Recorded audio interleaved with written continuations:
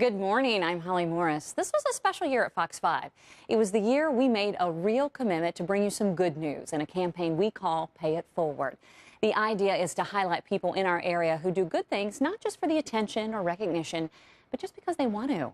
Our hope was that by showcasing them, others would be inspired to do great things too, so that in the end we would have this wheel of kindness that just keeps turning. Well, let's just say the campaign exceeded our expectations. From the people we showcased to our viewers' response to the stories, we have been overwhelmed, humbled, and touched. So for the next hour, we are going to relive some of our Pay It Forward moments. But more importantly, we're going to update you on what's happened since those stories aired. So let's get started the same way we did last January with our surprise campaign kickoff. Kelly Lavin started Our Neighbor's Child, a nonprofit that provides Christmas for needy kids in Fairfax County. Last year, 700 families got a visit from Santa thanks to Kelly. We featured her on our news and then in January asked her back for a follow-up on how others can go about starting charities. That wasn't the only reason we wanted her to come to our studios. What is this? What is this? Well, you know what? I'm going to take you over to someone who's going to tell us exactly what this is. Kelly, I'd like to introduce you to Robert Bassam of Eastern's Automotive. Oh, hi. How are you? Pleasure to meet you. Oh, thank you. Pleasure We were to meet very you. moved by the report and wanted to get involved. I know it's a bit late, but it gets you a start on next year. That is so sweet. Wow, Okay. great. Thank you so much. Thank you for giving back the way you do. Oh, it makes me happy. We have a lot of people who give back, and I wish they could all be right here. But this is terrific. Robert Bassam from Eastern's Automotive was so moved by the original story showcasing Kelly's overwhelming generosity that he wanted to pay it forward by giving Kelly a truckload of toys that will in turn allow more kids the thrill of Christmas morning. And with that surprise, our Pay It Forward campaign was born. And since he helped get it all started, we asked Robert to be with us here today. Thank you for having Good me. to see you. So we spoke with Kelly, Robert, and she told us that you have housed all the toys for her this year until time for delivery this December, which they're going to deliver this year to 800 families, 2,000 children. She's fantastic. Well, you're pretty fantastic yourself. So tell me, why was it so important for you to be a part of this? It's part of our DNA. It really is. We are a company that's been around 27 years, and it lives and breathes in this community, and the needs are endless, and they're not just in giving away cars or even toys or dogs. Everything you guys get involved in, we can help. This community makes us who we are. It is not an obligation. It is just who we are. We have to do it. Well, the world's a better place because of people like you. And Robert is going to join us again a little later because his giving didn't stop with Our Neighbor's Child. But right now, I want to talk about Resurrection in Devon, a couple we met and whose story is the epitome of paying it forward. An overcrowded place of desperation. That's how most would describe a homeless shelter, a place most think they'll never need. When I got out of the service, it was a rough time for me. So I ended up in a homeless shelter. There were too many not so good months, and so, you know, I had to close my business. As a result, my home went into foreclosure, and myself and my child ended up homeless. And while life circumstances landed Resurrection in Devon in a shelter, fate led them to each other. For me, it was magical. You know what I mean? It was very, it was a spiritual moment for me, and yeah, I had to say hi. He asked me if I knew how to do resumes. I told him yes, so I offered to do his resume, and that's how he got me to talk. And that's how it all began, the start of their love and of their journey out. It took time, but they overcame their situation. And on August 28, 2013, 2 years to the date of when they started talking, Resurrection and Devon got married. And while they took their vows at the Jefferson Memorial, across the Tidal Basin, another significant event was taking place. The 50th anniversary of the March on Washington, the real reason they selected the date, and why the theme of their wedding was, I Had a Dream, and it came true. As I'm walking down the aisle to go to where we're going to stand and take our vows, I start hearing Total Praise.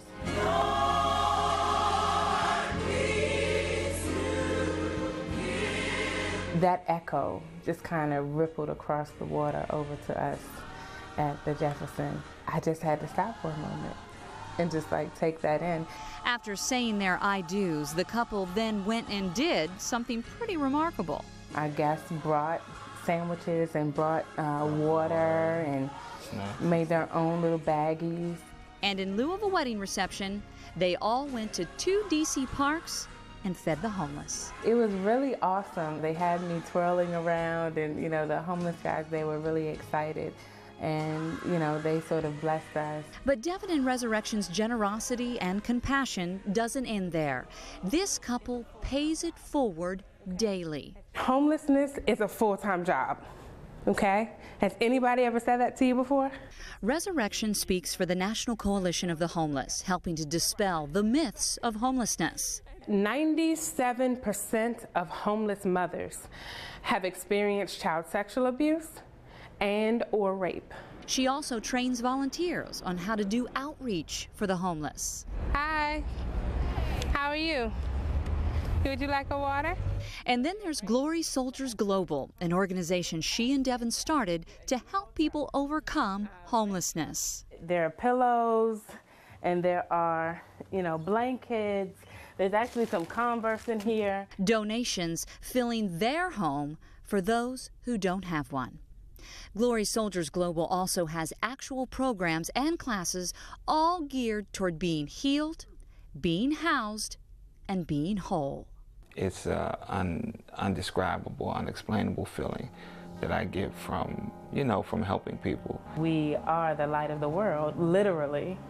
I think it's inspiring for us to be able to share that with some of our clients too, to say, hey, you know what? You might be going through something now, but you have the light of the world on the inside of you. Well, I'm here to tell you this world is a better place because of you two. And I'm so glad that you found each other. Yeah, me too. Opportunities opened up for this incredible couple after our story aired. Most importantly, they received donations to help fund their work and volunteers wanting to actually help them do their work. They were also featured on a national news program and just recently contacted by another network for a possible show. Ahead on our Pay It Forward holiday special, an award-winning author shares how he was inspired to start his book series and who he hopes is reading them.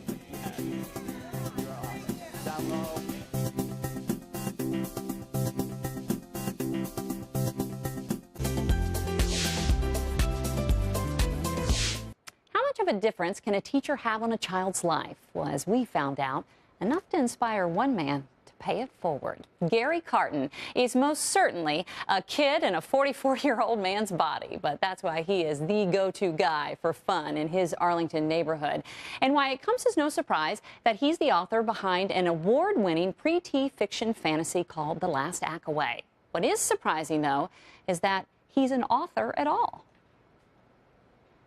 And when I was in 3rd grade, I got pulled out of a reading class, which of course was embarrassing. And the teacher pulled me aside and she said, "Do you know what a learning disability is?" And I said, "No." And she said, "It's a gift." And she said, "You learn things differently and you see things differently than most people, but different is good." That one conversation changed Gary's life. He went on to do many things, including writing books, but it also inspired him to go and talk to kids that were just like him. And he always tells them these 3 things. Being different is good, every kid has special powers, and you can do anything you imagine. Well, Gary's story hit home with quite a few folks. 3 different companies purchased a total of 600 books with the sole purpose of donating them to kids in need. And Gary was asked to speak at several schools, not only in our area, but in Chicago and Florida as well. And speaking of kids, Sherry Robinson was a woman who we profiled who wanted to teach her own son, Jesse, the importance of paying it forward by filling and donating backpacks for kids in need. She calls it Jesse's Bags, and when we did the story on Sherry, she had already donated 45 book bags. People were so inspired by this mother-son donating duo that more donations enabled them to more than double that original number. And now from filling backpacks to filling food bags for hungry children, we were at Greenspring Retirement when they officially packed their 10,000th Power Pack. Power Packs are for kids in Fairfax County who otherwise would have nothing to eat between their school lunch on Friday and school breakfast served on Monday. The program is run through a food bank called Food for Others, but only made possible because of volunteers like these sweet little seniors at Greenspring who have been filling bags for kids in need at Springfield Estates Elementary once a week for the past 3 years. Well, residents at Goodwin House West, another retirement facility in Northern Virginia, saw our story and were so inspired by the selfless seniors at Greenspring that they contacted Greenspring. They wanted to get more information on how they can set up their own program just like it. She stole our hearts, sweet little Abby. She is battling cancer. We have an update on her condition and how her family is still fighting ahead on our Pay It Forward holiday special.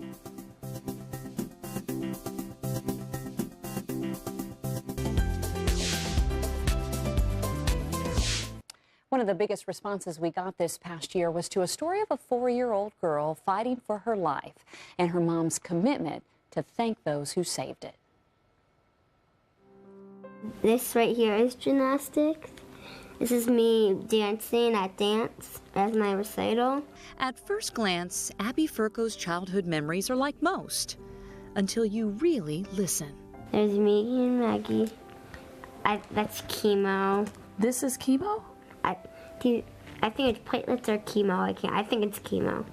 I have flashbacks, and even when of him sitting down and introducing himself as a pediatric oncologist. Your daughter Abigail has leukemia. He talked for another 45 minutes. I do not remember one other thing that he said. Abby was just 4, and not only was she diagnosed with leukemia, genetic testing resulted in more grave news. She has the Philadelphia chromosome, which is an inversion of DNA. No one knows quite why, how, where, but it is. And it is resistant to chemotherapy. There's my doctor, Dr. Wessler. There are 2 of my nurses. Given a 20% chance of survival, Abby faced a bone marrow transplant until a doctor in Chicago had an idea. She suggested Abby starting this new drug that there was a trial going on. It was no longer open, but that she could get permission for Abby to try it. Permission granted, Abby's treatment began. Heavy doses of chemo, along with the drug dasatinib, taken daily for 132 weeks. And that's Halloween. We dressed up as Super Mario people. This is Valentine's Day. Maggie's being silly. I got a little bear and a balloon. There is me and Allison. That's my birthday. A lot of times my husband and I would just look at each other and look at her, and it was totally unspoken. And there were many weekends that we were so scared that we were going to be saying goodbye. But thankfully, that moment never came. So this yellow one is a night you spent in the hospital, right? This one is a bone marrow biopsy? Yes. Instead, Abby has some 900-plus courage beads to show for her difficult road to recovery, one made possible in large part to a volunteer-driven charity called the St. Baldrick's Foundation. They funded the research that allowed Abby to take dasatinib, the pill that truly, I feel, saved her life. Founded in 2005, St. Baldrick's Foundation is committed to funding research to find cures specifically for childhood cancer. To date, its grants total more than $101 million. And while Patty knows she can never pay them back, she can indeed pay it forward. Someone was fighting outside of the hospital for Abby and I. Before she was diagnosed, when we were in the hospital getting this funding. It's my turn. I'm ready. Which is why, for the second year, Patty is organizing one of St. Baldrick's signature hair shaving events. Part of the head shaving event is to raise money, but it's also to allow people to stand side by side with kids that are bald from chemotherapy, or even like Abby, who has her hair, but she remembers being bald. A show of solidarity, empowering sick kids to keep up the fight. If there was another kid that got cancer and had to go through what you did, what would you tell them? Just deal with it and try to be brave. And when needed, Abby also suggests listening to her favorite song. There's always the threat of the dreaded R word of relapse, and but I see Abby's drive just, you know, is to take her far. I really do. And I just want her to be happy. You know what I do to people that give them bunny ears? That's what I do. That's what I do. Are you ticklish on your feet too? Yeah, I think you're cured. And 2 weeks after our story, Patty held her St. Baldrick's Foundation head shaving event at a bar in Bethesda. Their original goal was $20,000. Well, they raised more than $40,000 with 50 people volunteering to shave their heads as a show of solidarity for children with cancer. However, with a heavy heart, I also have to tell you that Abby relapsed. But the promising news is that she has received an official donor for a bone marrow transplant. Also of note, Katy Perry, Abby's favorite, sent Abby a birthday package with Katy Perry jewelry marked Champion, Fighter, and Roar. Our thoughts and prayers are with the Furco family, and we have no doubt that Abby will indeed continue to dance through the fire. As I regain my composure, I'll tell you that another Pay It Forward story we did also dealt with a young girl and cancer, only this one focused on her resourcefulness. 14-year-old Ellen Rabine shops garage sales with her mom so that she can then sell the items on eBay. Well, this past year, she took her profit and single-handedly started a palliative care library at the Aquilino Cancer Center at Shady Grove Adventist Hospital. The books she bought and donated help families and people that are coping with cancer deal with all aspects of the disease. The center officially dedicated the library to Ellen. A plaque, you see it there with her name, sits on one shelf of the bookcase. I'm happy to report, though, that since we did the story on Ellen, that one bookcase of materials has now grown to 3 bookcases. A wounded warrior turned photographer discovered a secret to making him feel better. Ahead in our Pay It Forward special, a look at how he's now helping other troops in our area.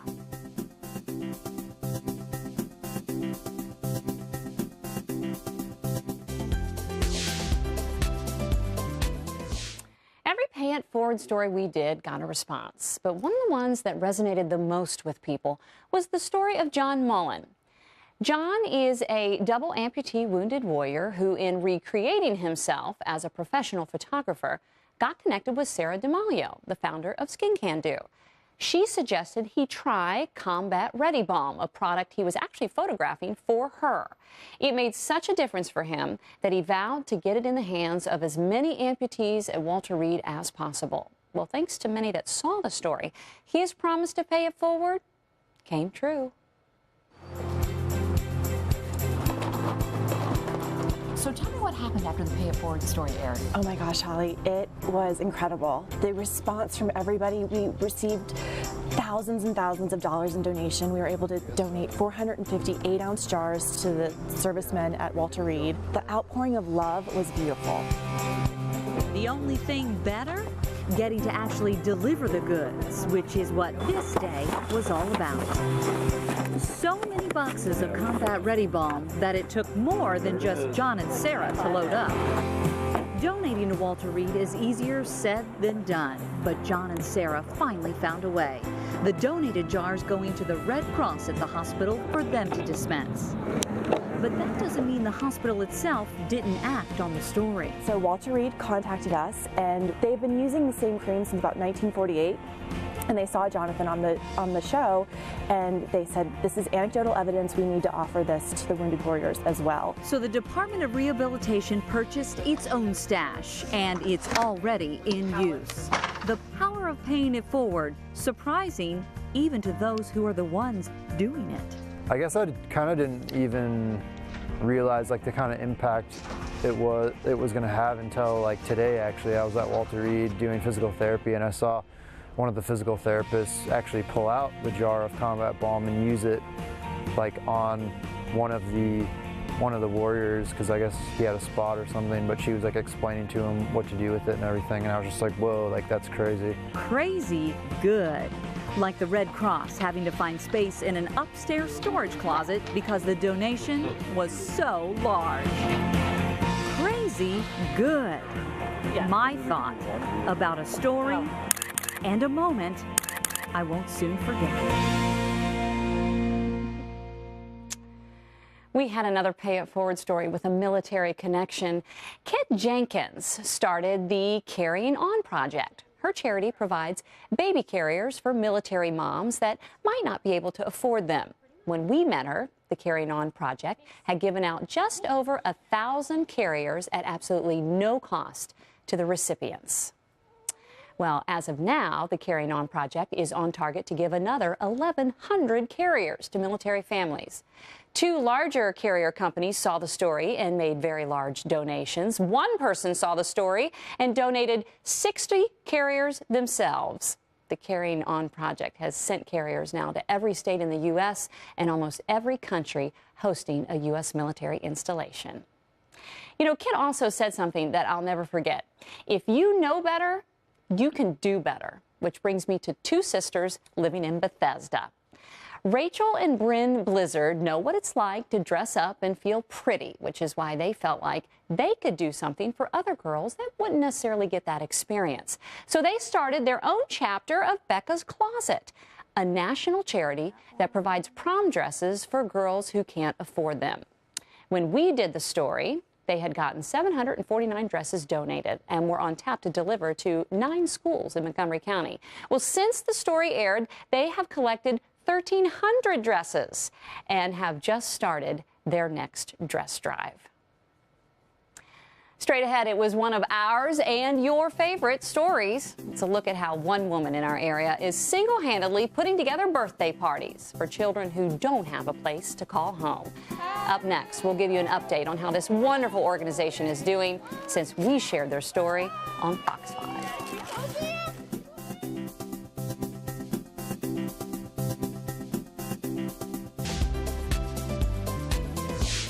Nothing beats a birthday. It's fun, heartwarming, a moment that no doubt is memorable. Well, we could say the same thing about spending time with Chanel Leak, whose specialty is, in fact, throwing birthday parties that are anything but ordinary. Balloons, chairs, tablecloths, decorations, some frisbees, Spider-Man mask, cupcakes. Somebody must be celebrating a birthday. I think that a birthday is a wonderful day. It's another year that you have. It's a blessing, and so it shouldn't be an ordinary day. And with these party preps underway, you can bet for 2 special kids, their special day will indeed be anything but ordinary. Extraordinary Birthdays is a nonprofit that I started back in 2010. Our mission is simple. We create and provide birthday parties for homeless children. Chocolate, chocolate. Chanel Leak always knew how to throw a good party. She even had a party planning business at one point. But one day it occurred to her that her talents could perhaps be used to pay it forward.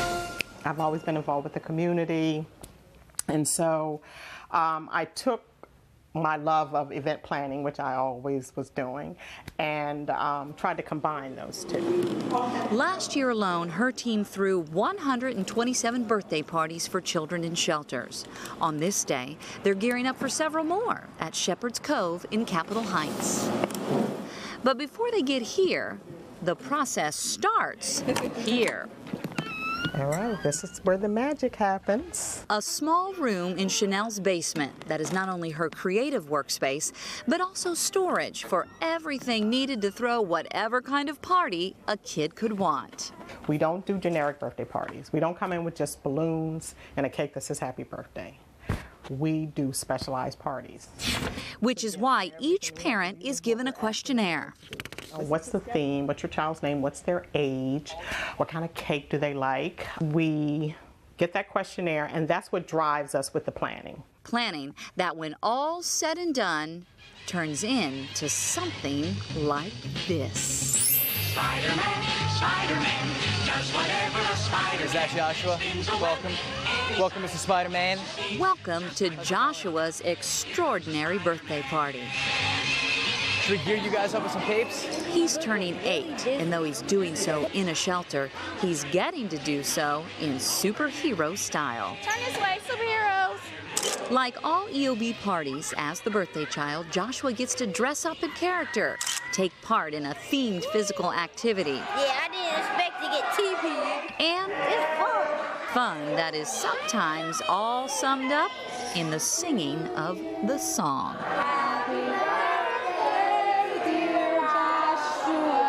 Being a newly single parent and the job I was working at wasn't paying more than not even minimum wage, he hasn't had a birthday party in 3 years.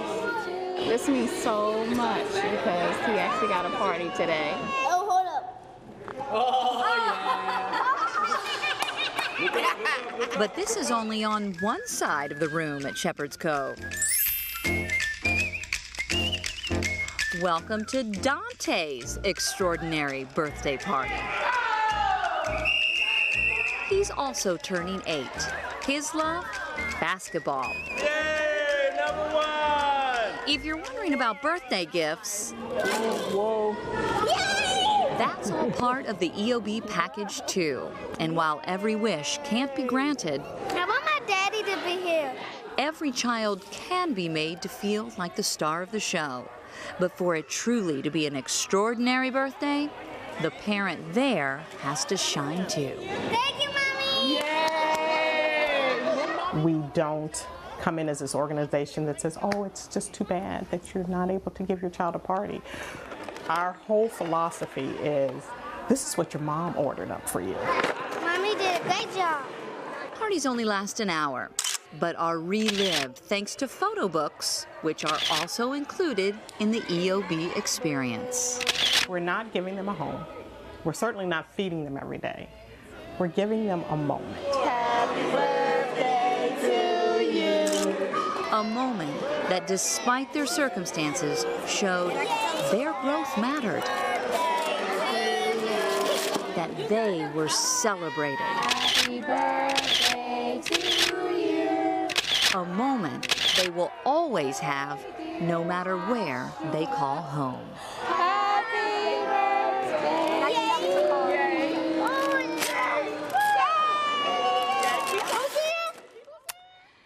Well, not surprisingly, the response to this story was amazing. In fact, Chanel said it was so great that it provided her with her words, happy challenge.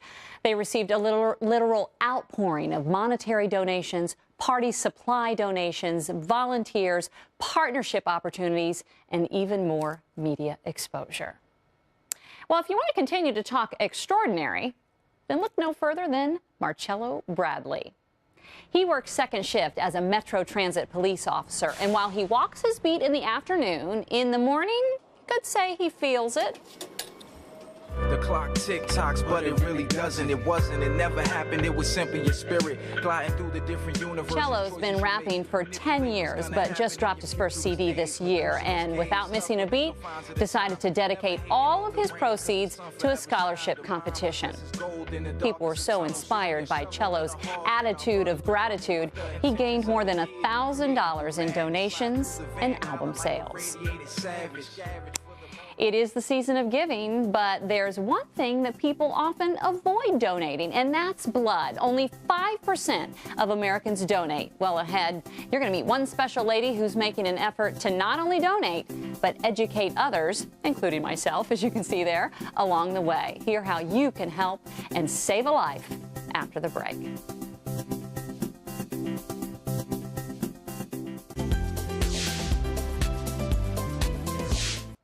Some of our stories this year gave us great examples of how we can all pay it forward, like this next one.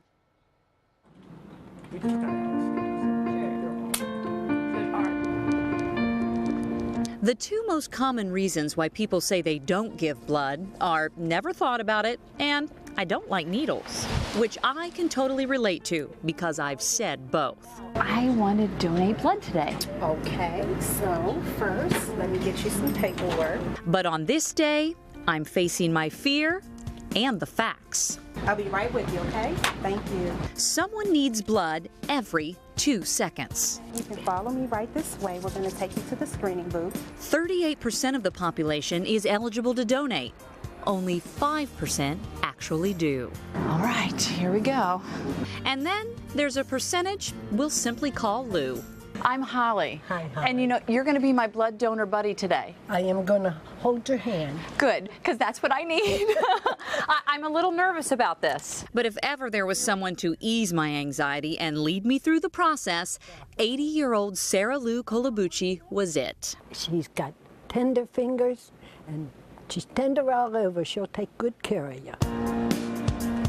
You see, Lou drives to NIH to not only give blood, but to specifically donate platelets, the type of blood cells that help your blood clot and are always in particular need, which she found out about via a bumper sticker, much like the one she has on her own car today. But Lou made her first platelet donation in 1974 and has been doing so every month since. I don't understand why everybody thinks so much of it. I more or less think it's our duty to look after one another. Which is why in 1998, even though she moved from Rockville to Ocean City, Lou continued to come. You drive from Ocean City to NIH every month to give blood. Yes, but you forget, this is my family.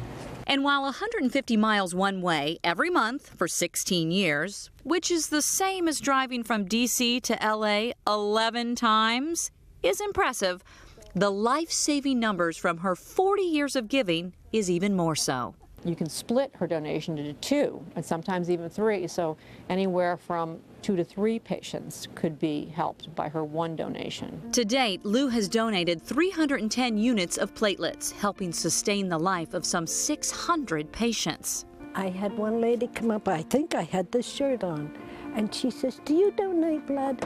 She says, "Thank you, because you kept my husband alive a lot longer." You know how that makes a person feel?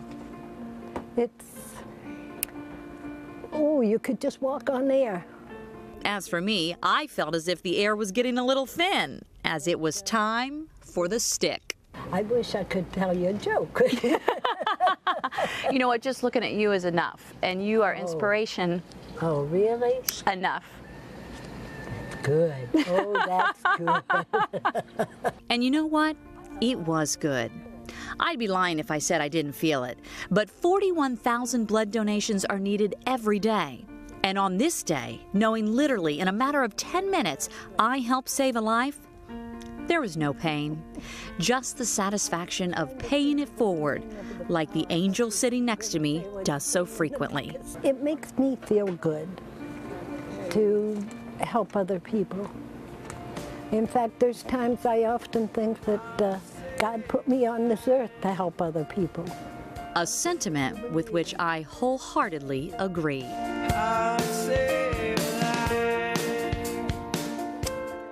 Okay, if I did it, you can too. And I'm happy to say NIH did see an increase in blood donors after our story. And we weren't the only ones to fall in love with Lou. Our story was picked up by Yahoo Shine's Ellen DeGeneres' Good News blog.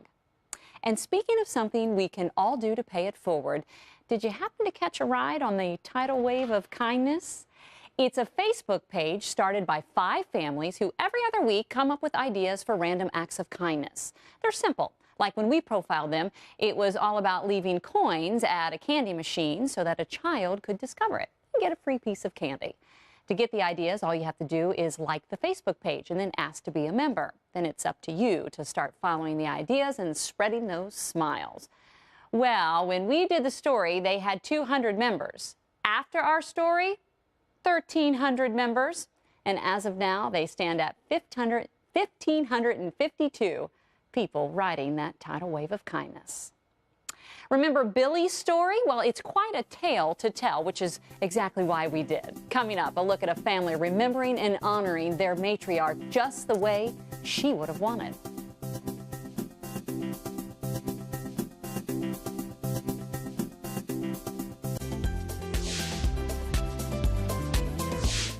Many of our stories this year really gave us all something to think about. Never was that more true than when we learned about Billy's story.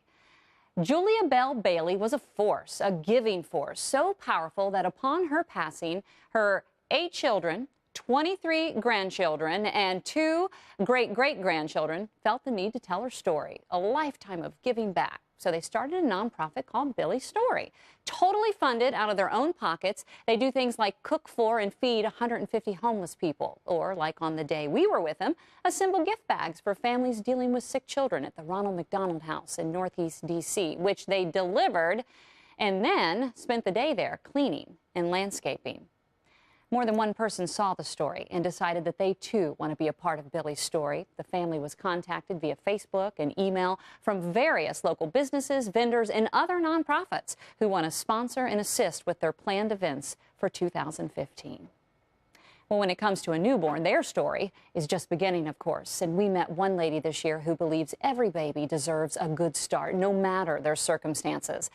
That's why Jesse Roman started Baby's Bounty of Montgomery County. They help provide at no cost all the basic necessities for babies born into disadvantaged situations.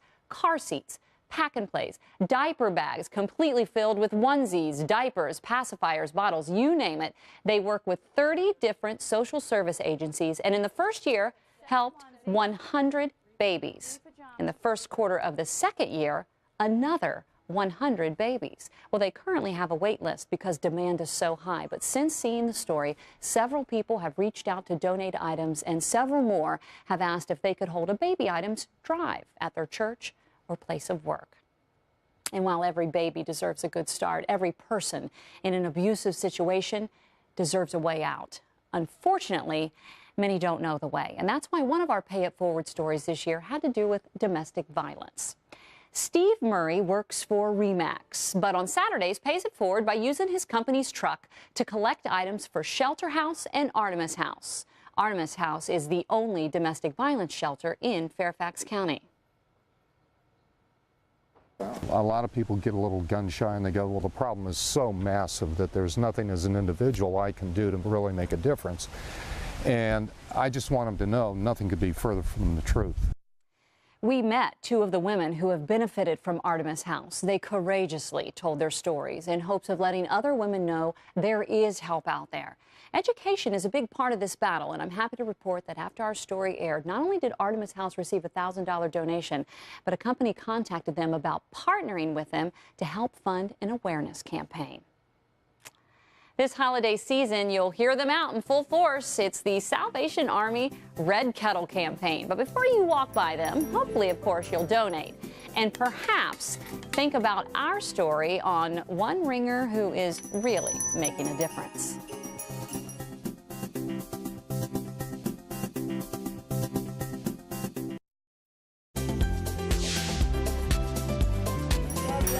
you like to give a donation today?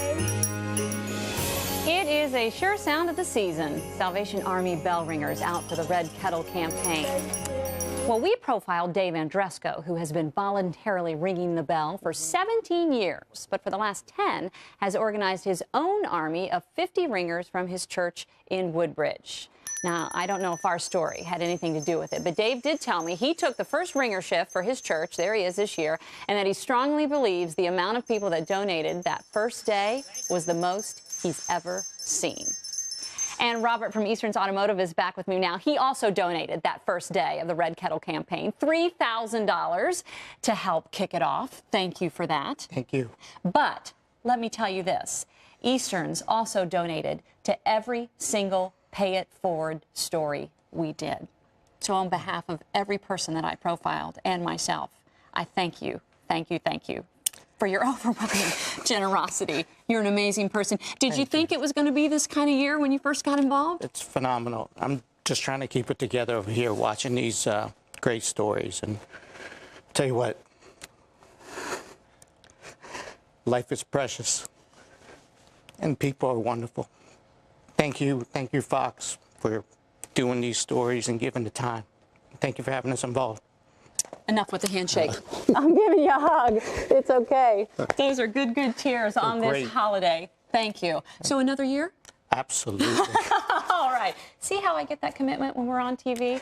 I'm telling you, it was pretty amazing. I feel like I, too, am a better person because of every person that I did a story on. From the bottom of my heart, I say thank you for letting me share your story. And to you, the viewer, thank you for listening to them. Here at Fox 5, our commitment to pay it forward will continue. And I hope yours does, too.